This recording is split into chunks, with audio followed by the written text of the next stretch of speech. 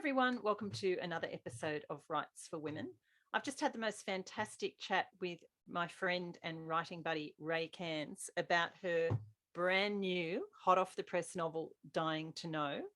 I was very privileged to read a very early draft of Dying to Know before it actually went to the publisher and to be able to give Rae feedback on the story. But even back then, it was an absolutely thrilling read, massive page turner, and it has only gotten better with all the revisions and the work that Rae has done to get it out into the world. Regular listeners to the podcast will know that Rae has been part of the kind of Writes for Women podcast family right back to the early days when Kel Butler and I first started Writes for Women. And we had a feature which was called an Emerging Author segment where we interviewed emerging authors, people brand new to the writing industry, and followed their progress. And Rae was, I think, probably our first pick for the Emerging Author Spotlight. And Rae then went on to have her first book, The Good Mother, out in the world as a self-published novel. She decided to self-publish The Good Mother, and then it was shortlisted for the Ned Kelly Debut Fiction Award, which, as far as I know, is quite unheard of that an indie novel would be shortlisted for that very prestigious award. It was then picked up by Harper Collins and revised and republished last year as Rae's debut novel in the crime thriller genre. Rae writes crime with heart, thrillers featuring everyday people facing extraordinary circumstances.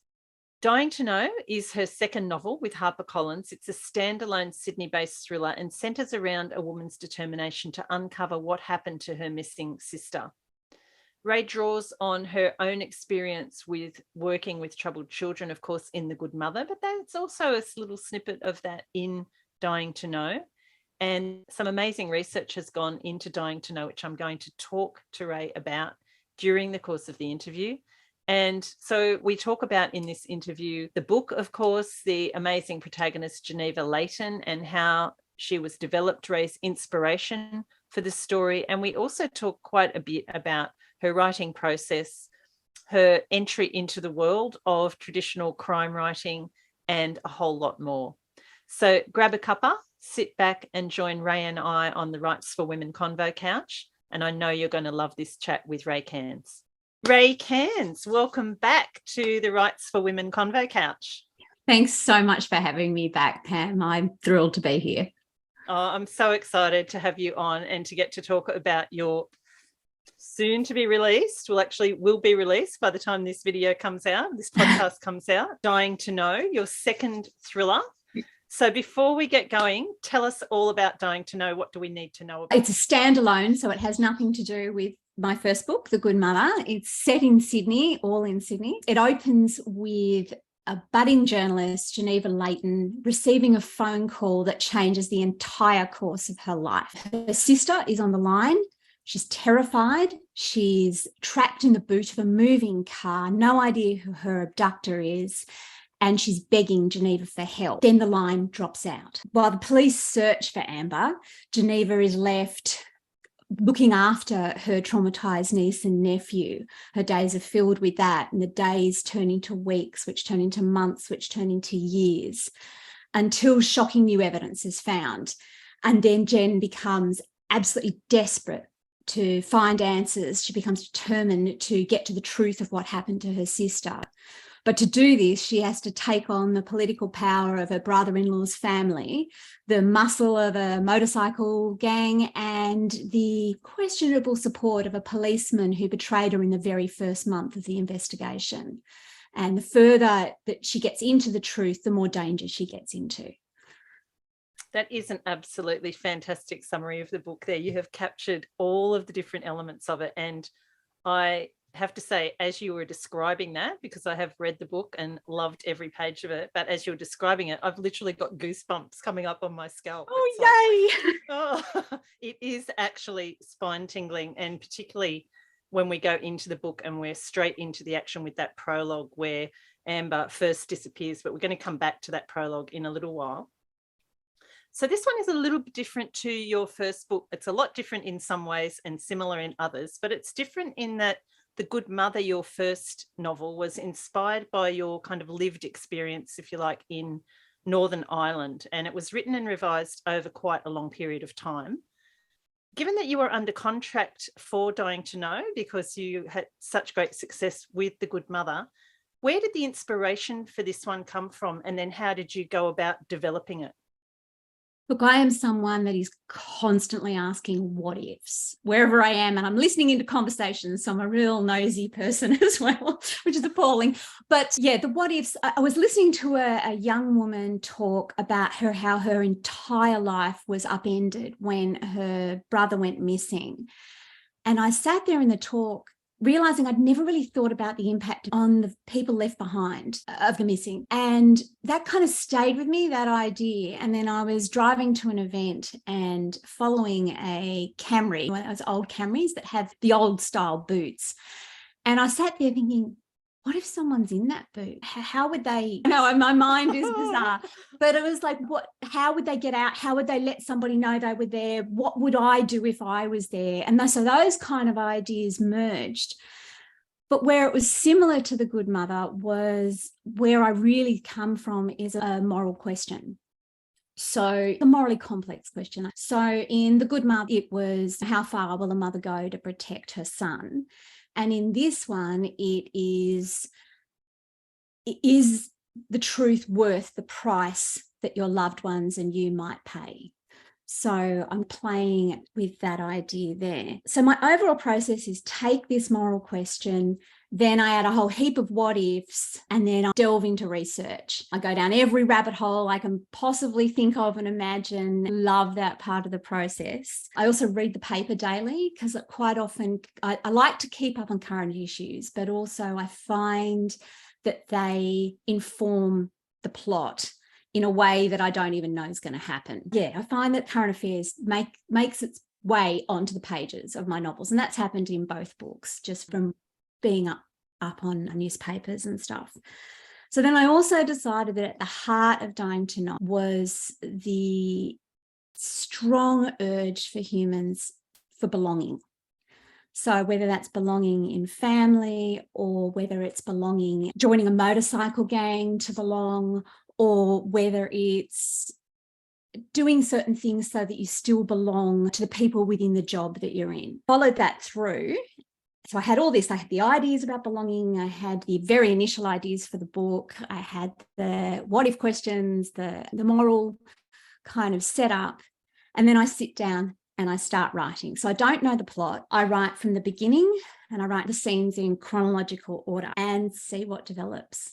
And I love that part of the process. It's almost like my subconscious has already decided what the plot's going to be, but I get to discover it as I'm writing it. And that's a really fun and exciting and thrilling part for me. I know Michael Robotham often says in talks that if he doesn't know what's going to happen in the plot, then there's a good chance the reader won't know. So for me, I love that. It works really well for me. So I had a year to write the book, but I wrote this first draft in about a month. I hadn't quite finished it. That said, I was using speech to text. So between book 1 and book 2, I was diagnosed with rheumatoid arthritis, and it really impacted my wrists and my fingers. So I couldn't handwrite the book, which is what I did with my first one. And then I couldn't type it into the computer because I couldn't sit for long periods of time. So I used speech to text, and it really sped up the process. It was incredible. But what it also did was make it a very dialogue heavy manuscript. And I don't know if that's because I come from an acting background, but I was very comfortable doing the dialogue and stuff. What that meant was I didn't have enough setting and enough kind of character roundedness, for want of a better word. I finished that. Well, I dealt with COVID like everybody else in the world, which did slow me down. And then I finished the manuscript. And then I did 3 more edits. So the first edit I did was very much about putting in the setting and rounding out the characters and making sure the reader knew where they were.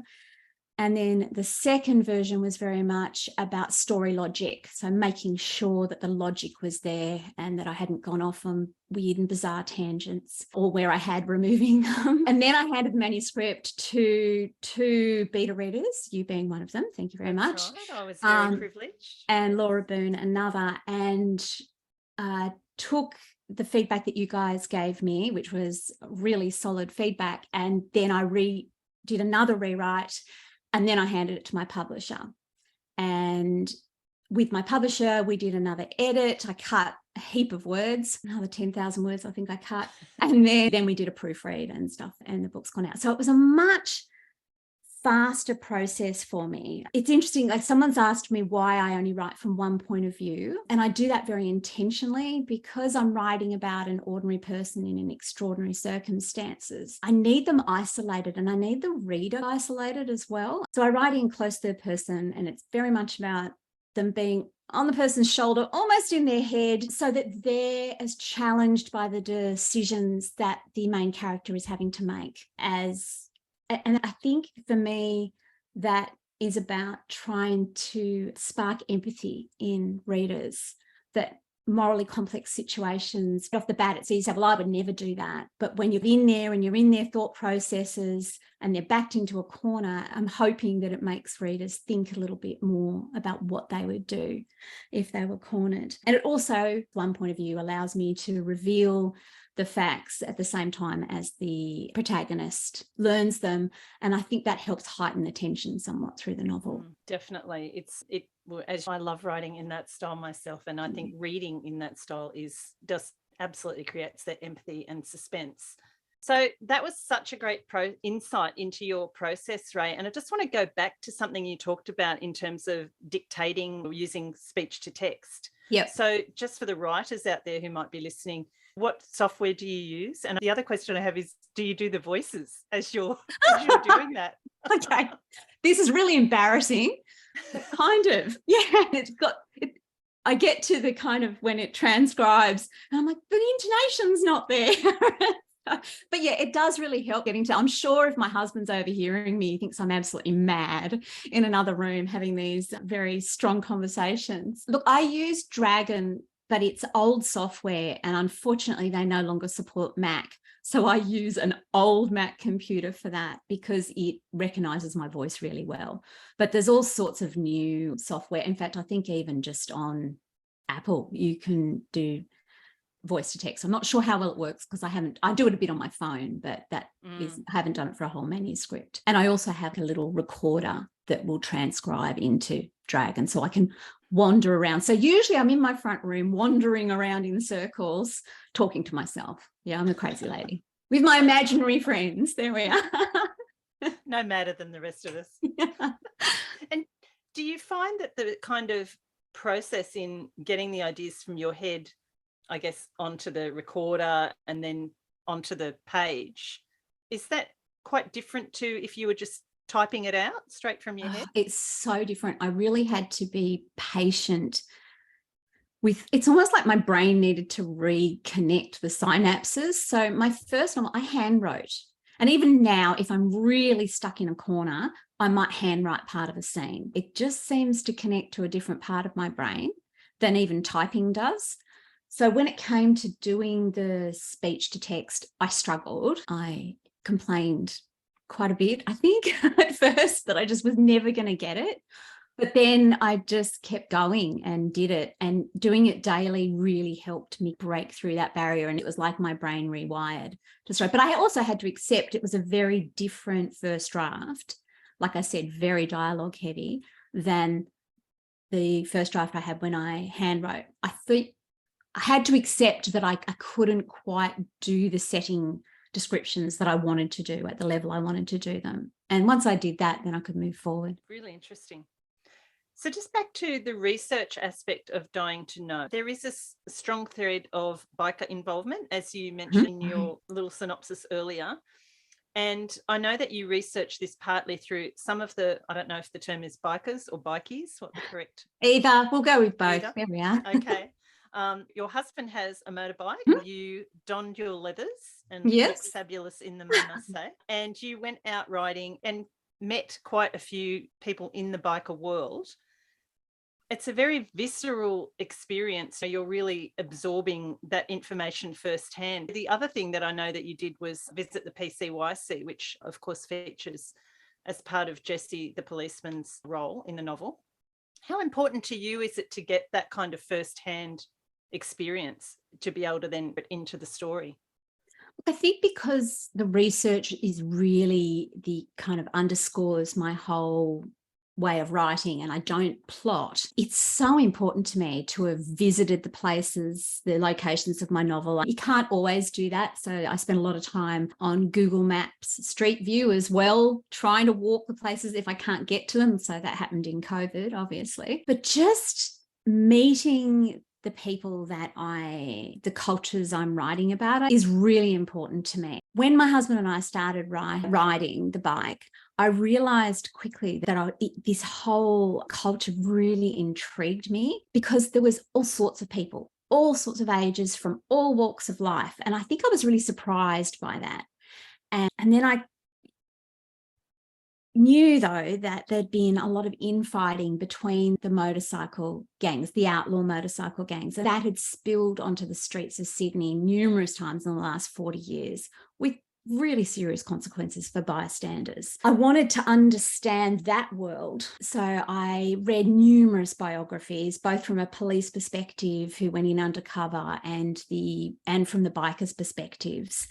And my husband and I rode to many bike pit stops and cafes and hangouts, and I just chatted to anyone that would give me the time of day, and that whether they were weekend bikers like us or they were more serious about the motorbike lifestyle, or whether they dipped their toes into the world of outlaw motorbikes.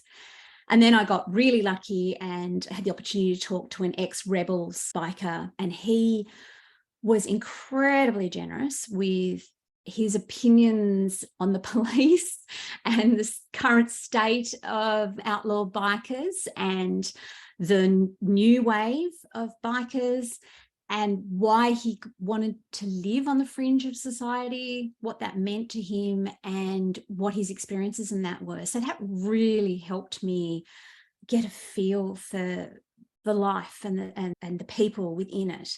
And then to counter that, I went to the PCYC and spent a day out there out at Cabramatta, and I shadowed a youth police officer out there. And I'd worked with youth police officers before when I was at the refuge, when I managed the refuge in the inner city. But I hadn't had the chance to really just observe and ask questions. And I was able to ask, why did you join the police? And why the PCYC? Doesn't usually show up as the first choice of going into the police force. I'm gonna work with the youth. And that was really useful in giving me some basis for Jesse, I guess, policeman in my book. By no means is he based on anybody at the PCYC, but it just informed his character. Again, it came back to the research. I love it. It certainly shows in the book, and it's so believable, and you're really immersed in it as you're going through the story. So let's get on to the story itself. The protagonist of the book is Geneva Leighton, love the name, who, after her sister's disappearance, as you mentioned, 12 years prior to the action of the book, she's caring for her niece and nephew, living in their house with the brother-in-law. There is some friction there. It's not always happy families. But tell us about Geneva and what sort of person she is and what drives her and how she's coping with this kind of radical change in her life situation. Obviously, no spoilers, but yes, whatever you can tell us about Geneva, you can. Look, I really wanted Geneva to be different to Sarah from The Good Mother. She was fun to write. She really was. She's a 34-year-old, smart, tough, resourceful, motorbike riding, family-oriented woman who won't give up on those she loves, no matter how tough the obstacles. And I think it was her passion for life that was really enjoyable to write. But I also had to have something that gave her that extra drive to seek the truth, because there was a lot at stake in doing that. So I decided to explore guilt and shame and how that impacts people's behavior. So I did a lot of research into that and then into missing people. And so for her, she's given up, in a sense, who she is because of her guilt and shame. She is trying to step into her sister's shoes, or while her sister is not there, with the expectation that her sister will return. But that requires her to swallow a lot of herself, if that makes sense. So she tries to be smaller, and her brother-in-law, Hugh, definitely plays a part in trying to make that happen too. But at the kind of inciting incident of the novel, that's when they really start to clash, when she starts to grow again. Yeah, it's a really interesting trajectory for her character, and great to see her over the course of the novel coming into her own and really taking ownership of herself and her life. The other person that is really interesting, and we meet very early on in the novel, is Jesse, the policeman, Jesse Johns. He's a police sergeant who works on Amber's original case, missing persons case. What role does Jesse have in the narrative, and what do you think's driving him to continue to be involved in Amber's case?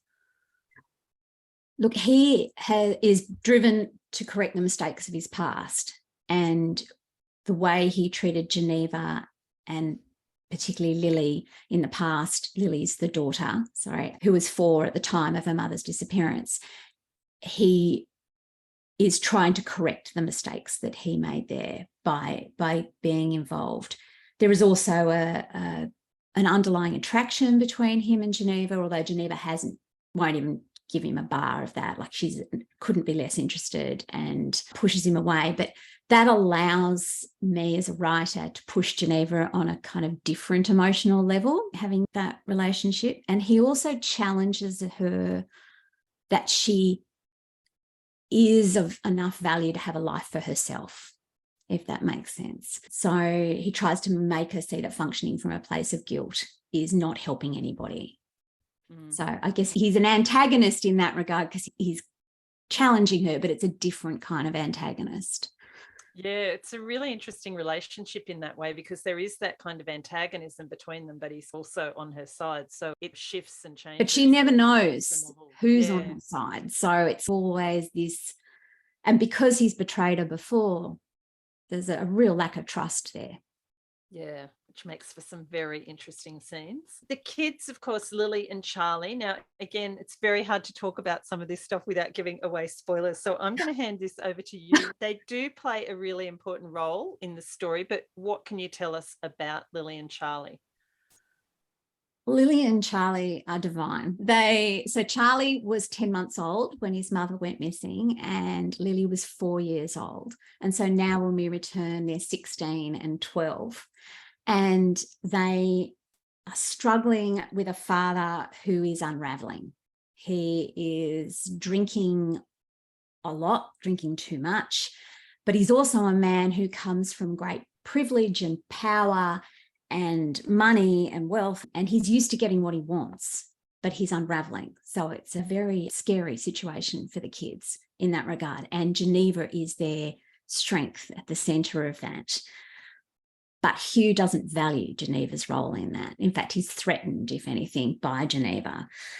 So Charlie's traveling okay in the book because Geneva's the only mother he's ever really known. And as much as she won't accept that label, that's the relationship that they have.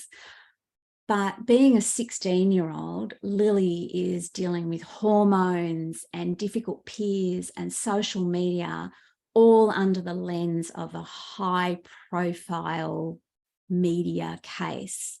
And what she needs more than anything is her dad. And he's not there for her. He's more focused on how he belongs with his parents and his brothers, how he can fit in that kind of family. And in that sense, he's not there where his kids need him to be. Another fantastic conflict situation, of course, that just adds to all the rest and makes it so thrilling. So The Good Mother was set in both Sydney and Ireland. This one is set pretty much in Sydney and surrounds. You've talked about your research with the bikers, but how important is the setting for you in writing the novel? I really wanted to so for Sydney is a huge city. It has lots of subcultures. It has a number of different underbellies, and I wanted to create a fish out of water situation. So I have leather-clad motorbike riding Geneva, having to live in affluent, upper class, beautiful Balmoral. It's a beachside suburb in Sydney. And that gave me an interesting dynamic, that it wasn't a place she was very comfortable in. So I was able to use setting for that.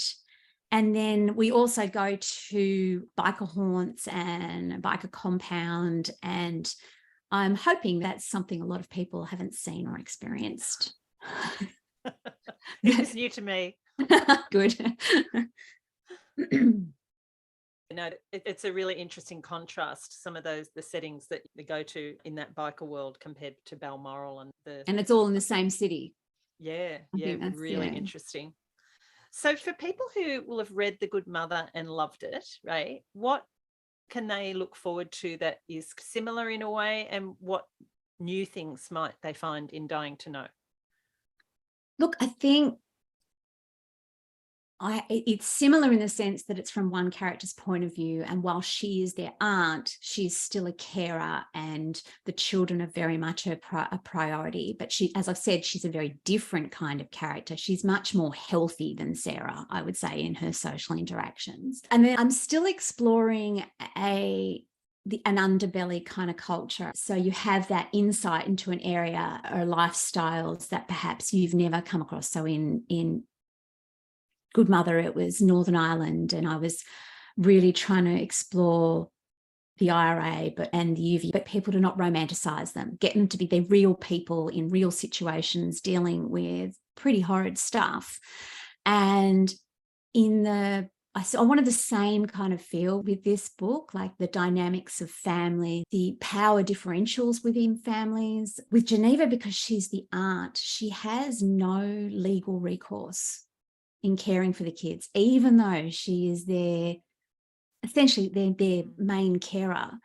And I thought that was an opportunity to look at that dynamic when one partner, even though they're not partners, it allowed me to go further because they're not partners, but where partners aren't, one partner has more power than the other. When it comes to the children, the decisions that one partner may have to make and the things that they may have to give in to stay in contact with the kids. And I really wanted to put that on the page and make people think about it without them really realizing they were thinking about it. So that's the part of this book. High action, fast paced. It's important to me that you don't really realize that you're thinking about these things. You're just taken away by the action. Yeah. And real people. Yeah. Real people in quite difficult situations and having to work their way out of them. Yeah. No, I think that's all absolutely true. So we've talked a little bit earlier about some of the challenges that you faced, COVID being one, having to use the speech to text. Were there any other challenges that you found with this novel being the second novel, which are notoriously challenging? Was there anything else that you found quite challenging about writing this book? Look, it had to be a much faster process.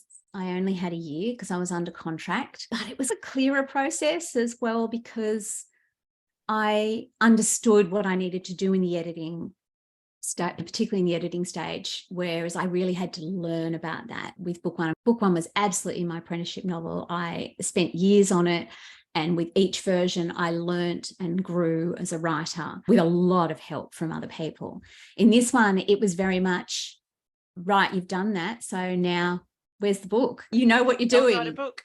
And to be honest, you know what you're doing. It doesn't feel that way when you're doing the second book. It certainly didn't for me. And I got traditional book two wobbles, questioning every decision I made, every sentence I wrote, every word I wrote. I had no confidence or trust, I guess, in what I was producing. And I think that's pretty common with book two, because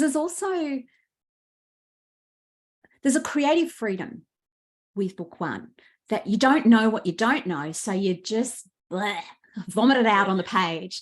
Whereas you start doing that and then you go, oh, but what if I go into a corner? Or does that make, and I had to really, essentially to get that first draft out, I had to shut the inner critic up. I just had to literally go, be quiet, I'll get this draft out, then I'll fix it. And it wasn't until I reached that decision to just go, yeah, you're on for the ride, but you're in the back seat and shut up, that I could get ahead and just get that first draft down. So that was a very different process for book 2. But then I also had the advantage of knowing that I was handing it over to experienced editors who would be able to point out the problems. So that was an advantage. Yeah. So yeah, definitely pros and cons. And I hate to tell you this, Rae, but it doesn't change with the next book either. You're still going to, not in my experience anyway. Okay, so we mentioned earlier there is a fabulous prologue that pulls the reader straight into the story, and we don't want to give too much away about that. Prologues are widely debated in writing circles as to their value. Some you'll hear around the traps, publishers hate prologues, don't do a prologue. But many books have prologues, and I've noticed in the crime genre that it's quite a useful tool to have a prologue. So what made you decide to have a prologue in this case, and what considerations were there in terms of the type of information that prologue was providing? Firstly, thank you. Yeah, look, there is a lot of debate about prologues. The prologue of Dying to Know is there to give a snapshot of the most important backstory, but I wanted it to be a visceral experience for the reader. I didn't want it to just be an info dump or revealed just through dialogue in the present timeline. I wanted it to give a contrast of life before and after Amber goes missing, but I wanted to make it very immediate for the reader. So that's why the prologue is there. I think it's really important to know why you're using a prologue. I don't think you can just go, because I just wanted to give them some information. I think it has to be a very clear decision as to why. So for me, it was about that before and after life and that immediacy of the panic of the phone call. And it put people straight in with the characters, but it also showed you Geneva before and after. So it gives that opportunity and the other characters. And it was an opportunity to show Amber, and so that readers could identify with Amber somewhat. I think the other time a prologue is useful is if you're doing a future scene that maybe you're heading towards within the book and the reader knows that. So that it's either a contrast between, so in The Good Mother, I had a tiny prologue that was, how can this everyday mother get to that point? And that's what the book is. So it added a level of tension and suspense throughout the book, because the whole time the reader knows she's going to end up there and you can't fathom how on earth that's going to happen. So I think that's why it often gets used in crime, because you can add that tension in, or it's a way you have to do it with a decision. You have to be able to articulate why you're doing it, I think, rather than just doing an info dump, which I think is I think that's great advice, Rae, on the prologue. I think prologues can be really useful and they can really be a great hook for the reader, but then of course then making your first chapter equally hooking, which you do, because I think using a prologue as the hook and then letting the tension slide in chapter 1. Yeah, I should have said that. That's so important, that you've got to still have the tension there in that next chapter. Definitely.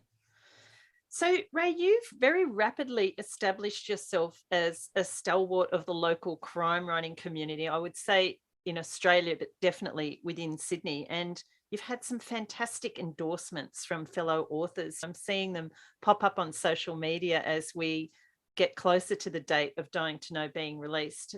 What's it been like for you to meet so many of those writers, particularly in that genre in which you are writing, and to develop those relationships within the author community?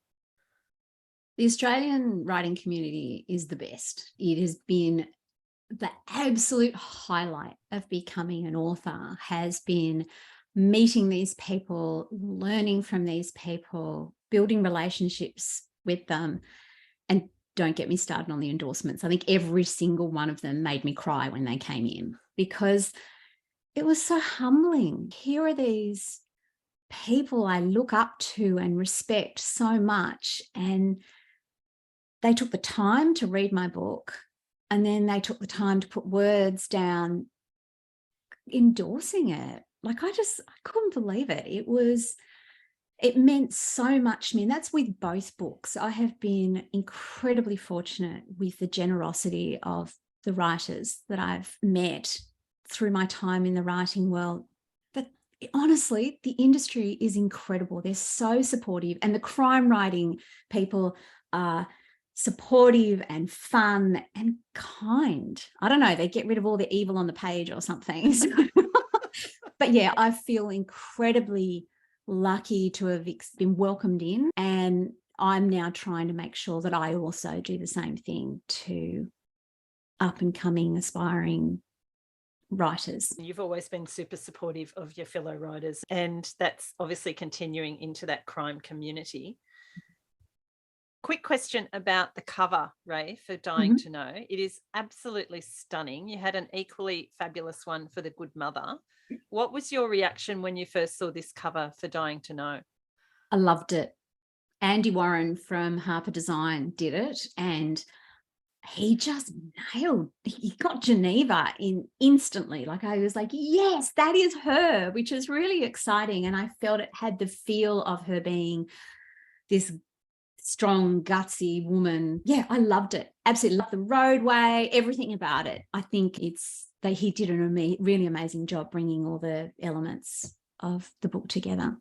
And that yellow font. Oh my pops, gosh, doesn't it? Yeah, it does. It really does. It's very eye-catching. Which is fantastic, because we have a little bit of an inside joke in our writing group, but also in the wider writing community, that there's a line that a publisher might say to you, which is, here's your cover. We hope you love it as much as we do. And I do, which is great. In this case you did, which is amazing, but it's usually code for, this is your cover. You better like it. You have had a 2-book deal with Harper Collins with The Good Mother. After you have widely talked about the fact you initially self-published The Good Mother, you were shortlisted for the Ned Kelly Awards with that book, which was just absolutely amazing. Not amazing that you were nominated, because it was a fantastic book, but for an indie author to achieve that. Yeah, I didn't know that could happen. Fantastic. And were then picked up by Harper Collins, and then subsequently went on to write Dying to Know. How much has that experience of being signed by a traditional publisher and having that 2-book deal, being thrown into that publishing world at that kind of deep end, how has that changed your life, or in what ways has it changed your life, and what adjustments have you had to make? Look, it's interesting. I think I've gone from being a solo business woman, I guess. I had to manage all aspects, and that took away somewhat from my writing time. So now I would say I'm able to be a full-time writer, because I have that team of experts behind me, supporting me. But it also means, how can I put this? I hand over my book earlier, if that makes sense. And it becomes a team effort, I guess. I've loved that process. I've learned a lot. Yet again, I love learning. That's one of the most thrilling parts of the process. But yeah, there are advantages and challenges with both ways. But I'm really happy being with HarperCollins and a traditional publishing house. I just feel I've got people at my back a bit more. And I love a deadline, and there's someone else setting them now. And so I work quite well to deadlines. I enjoy that setting, whereas having to self-impose, while I do it and I find it easier having somebody else there imposing it. But yeah, the flip side of all that is that I feel, and I know that I put this onto myself, but I feel a certain pressure to sell a certain amount of copies, and I feel the responsibility to somebody else rather than just myself. Hope that makes sense. Yeah, that makes perfect sense. So Rae, what would you say is at the heart of your writing?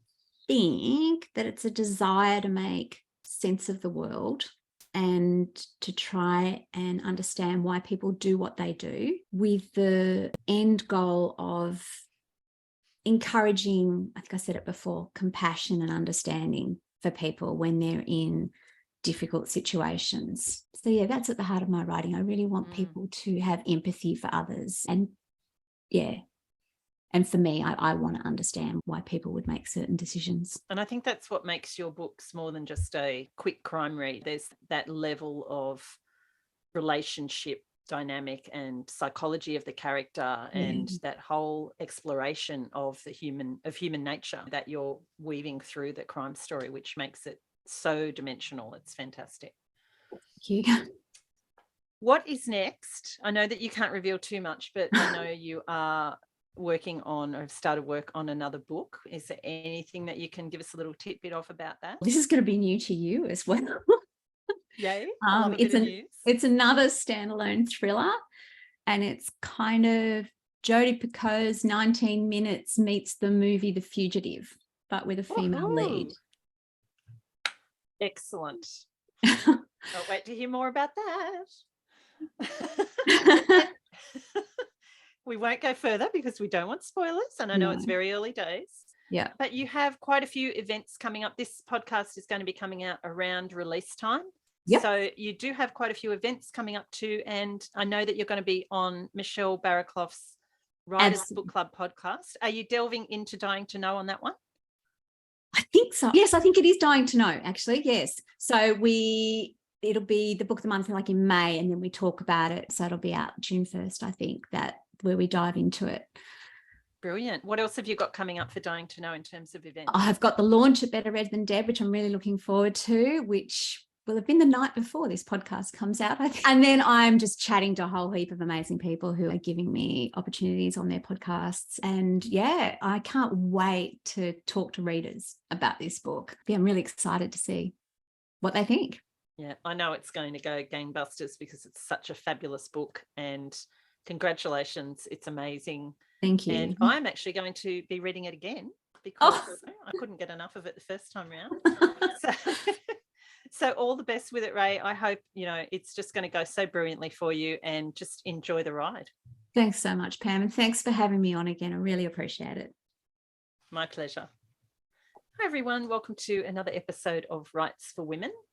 Great to be here today with my upcoming guest. Hi, everyone. Welcome to another episode of Writes for Women. I've just had the most fantastic chat with my friend and writing buddy, Rae Cairns, about her brand new, hot off the press novel, Dying to Know. And I was very privileged to read a very early draft of Dying to Know before it actually went to the publisher, and to be able to give Rae feedback on the story. But even back then, it was an absolutely thrilling read. Massive page turner, and it has only gotten better with all the revisions and the work that Rae has done to get it out into the world. So Rae, if regular listeners to the podcast will know that Rae has been part of the kind of Writes for Women podcast family right back to the early days when Kel Butler and I first started Writes for Women. And we had a feature which was called an Emerging Author segment, where we interviewed emerging authors, people with brand new to the writing industry, and followed their progress, if you like. And Rae was, I think, probably our first pick for the Emerging Author Spotlight. And Rae then went on to have her first book, The Good Mother, out in the world as a self-published novel. She decided to self-publish The Good Mother, and then it was shortlisted for the Ned Kelly Debut Fiction Award, which, as far as I know, is quite unheard of, that an indie novel would be shortlisted for that very prestigious award. It was then picked up by Harper Collins and revised and republished last year as Rae's debut novel in the crime thriller genre. Rae writes crime with heart thrillers. Rae writes crime with heart. Thrillers featuring everyday people facing extraordinary circumstances. Dying to Know is her second novel with Harper Collins. It's a standalone Sydney-based thriller and centres around a woman's determination to uncover what happened to her missing sister. Rae draws on her own experience with working with troubled children, of course, in The Good Mother, but there's also a little snippet of that in Dying to Know. And there is some amazing research. Some amazing research has gone into Dying to Know, which I'm going to talk to Rae about during the course of the interview. And so we talk about in this interview the book, of course, the amazing protagonist Geneva Leighton, and how she was developed, Rae's inspiration for the story. And we also talk quite a bit about her writing process, her entry into the world of traditional crime writing, and a whole lot more. So grab a cuppa, sit back and join Rae and I on the Writes for Women Convo couch. And I know you're going to love this chat with Rae Cairns.